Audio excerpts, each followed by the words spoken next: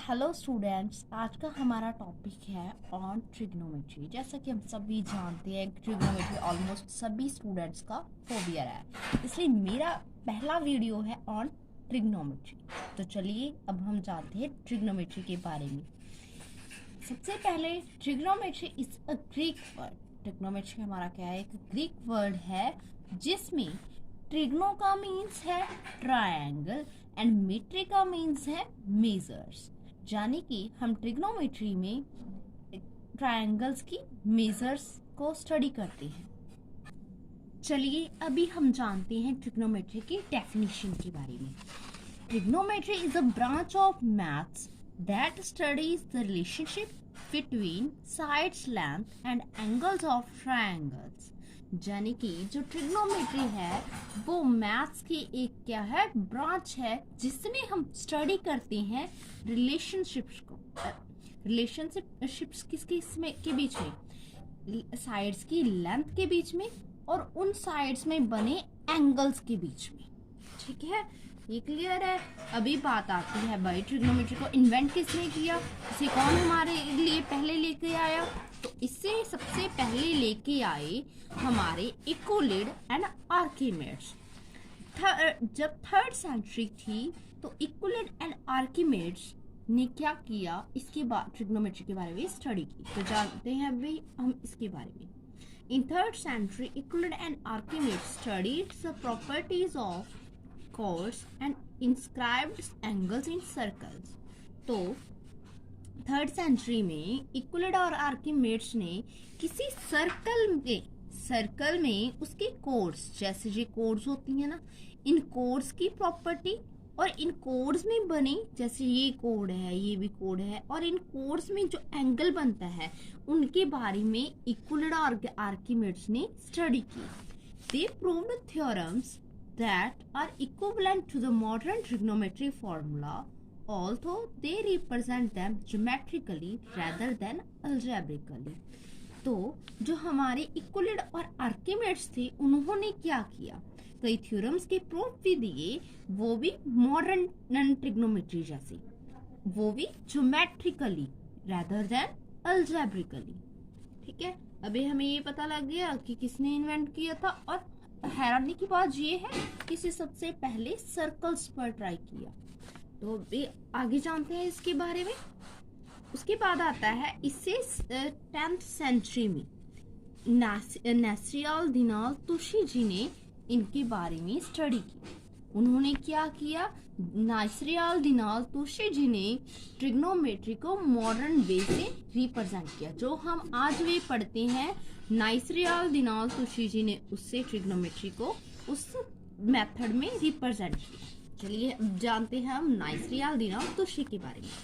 In 10th century was the first treat trigonometry as a mathematical discipline independent from astronomy, and he developed spherical trigonometry in present form।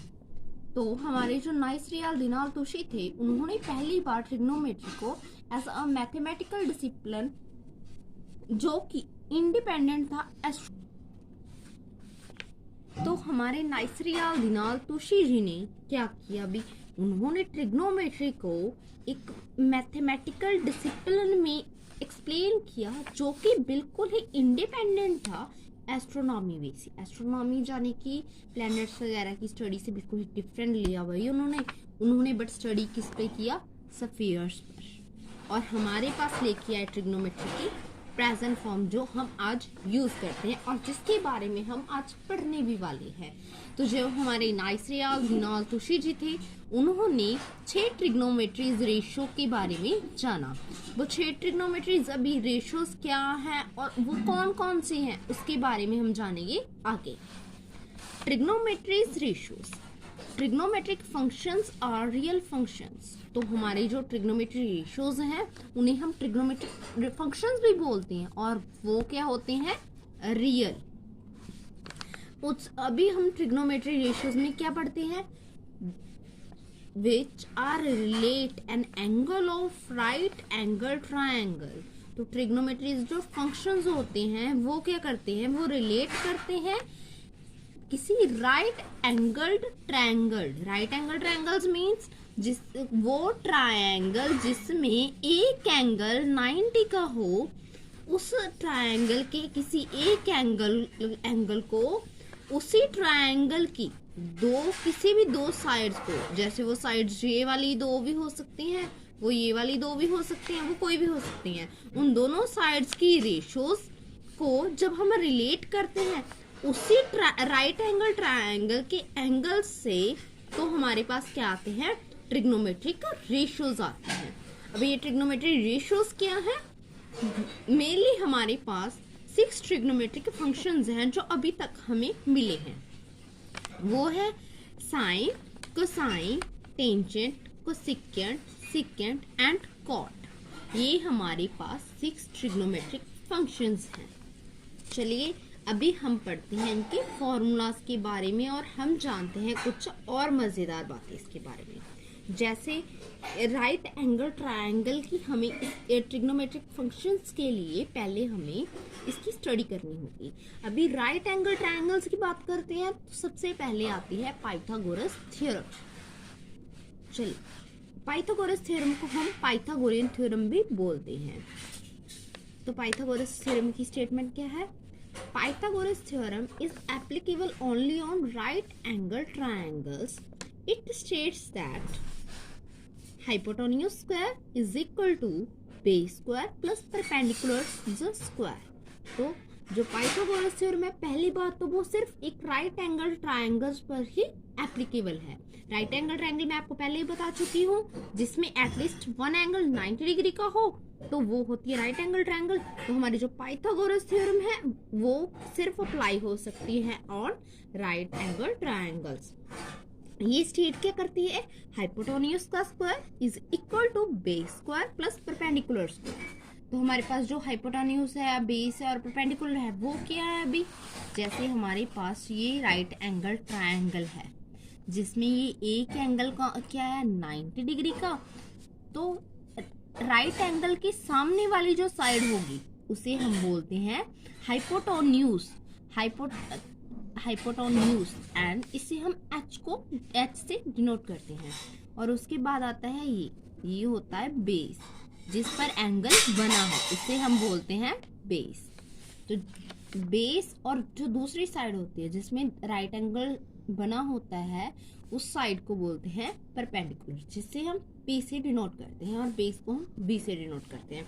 तो हम इसी question को ऐसे भी लिख सकते हैं, S square is equal to B square plus P square. ये स्क्वायर उस साइड दूसरी साइड जाकर स्क्वायर रूट बन जाएगा, तो ये हो गया H square is equal to square root of B square plus P square. हमेशा एक बात को ध्यान में रखना कि जो हाइपोटेन्यूज होगा वो हमेशा बड़ा होगा देन बेस, और हाइपोटेन्यूज होगा जो हमेशा वो बड़ा होगा देन परपेंडिकुलर। चलिए, ये तो हो गई पाइथागोरियन थ्योरम। अब हम मूव करते हैं नेक्स्ट सेक्शन की ओर। चलिए, अब हम इस सेक्शन में जानते हैं ट्रिक के बारे में। तो आज की ट्रिक क्या है ट्रिग्नोमेट्री के बारे में,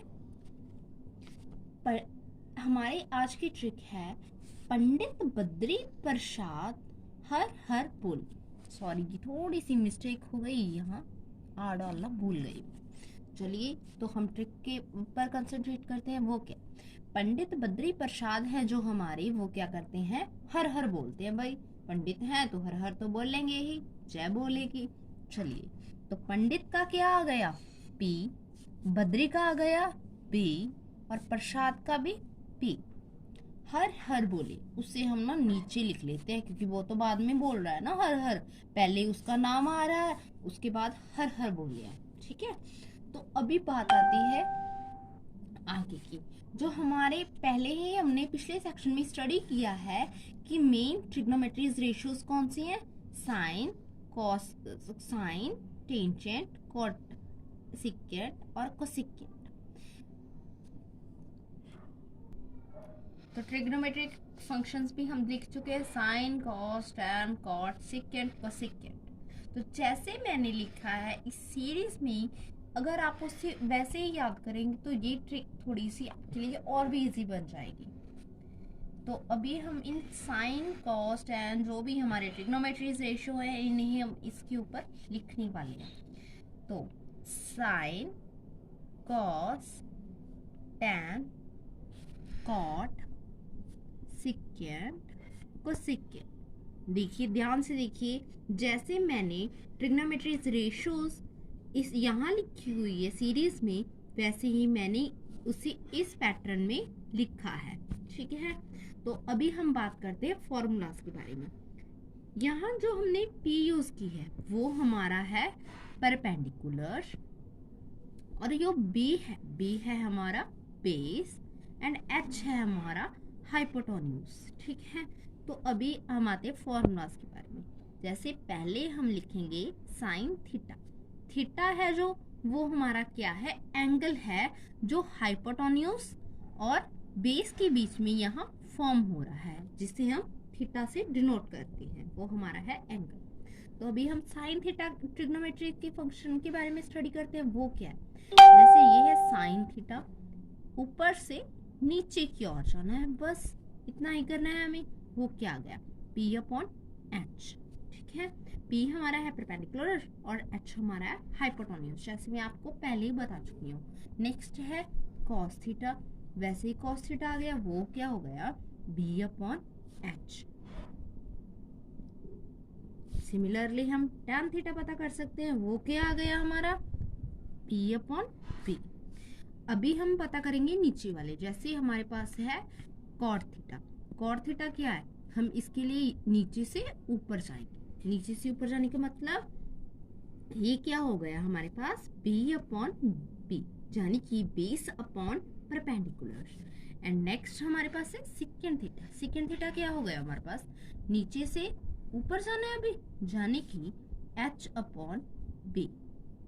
तो नेक्स्ट हमारे पास आ गया कोसेकेंड थीटा। कोसेकेंड थीटा हमारे पास क्या आ गया, H अपॉन B।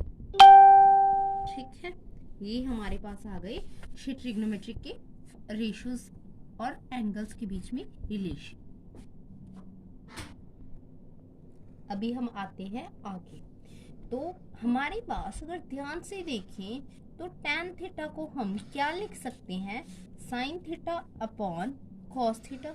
वो कैसे हुआ अभी, जैसे साइन थीटा हमारे पास क्या है, P अपॉन H है, और बेस हमारे पास कॉस थीटा क्या है, B अपॉन H, यानी कि बेस अपॉन हाइपोटेन्यूज।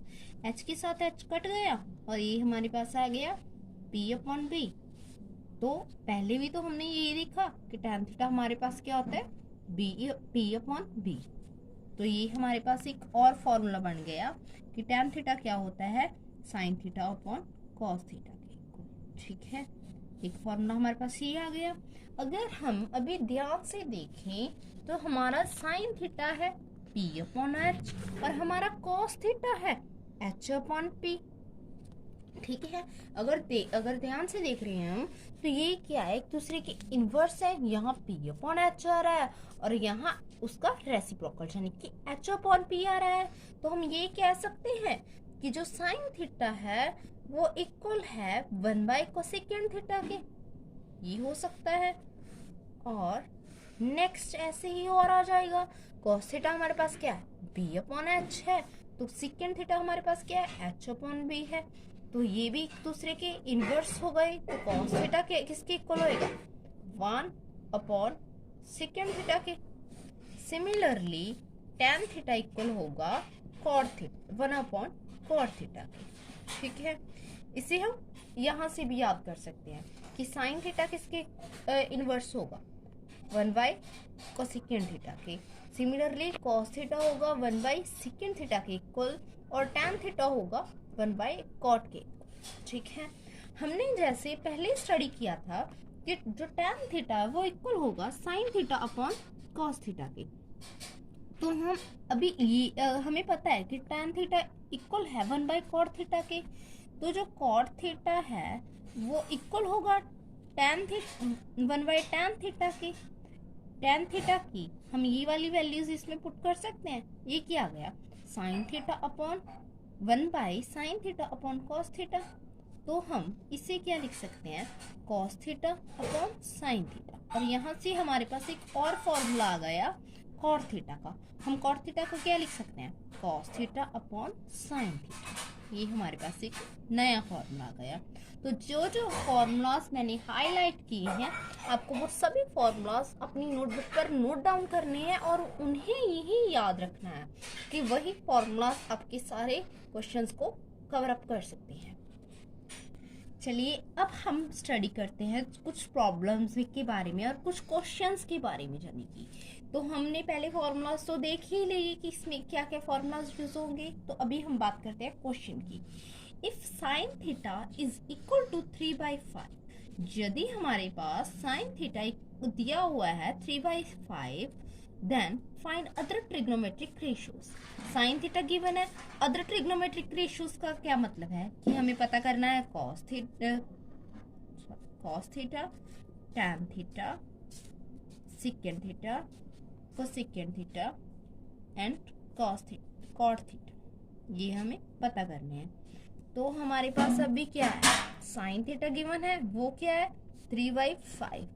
हमारे पास फॉर्मूलाज में साइन थीटा किसके इक्वल था, p अपॉन एच के, जैसे कि हमने पहले सॉल्व किया था। तो हमारे पास यहाँ भी ये p अपॉन एच के इक्वल है।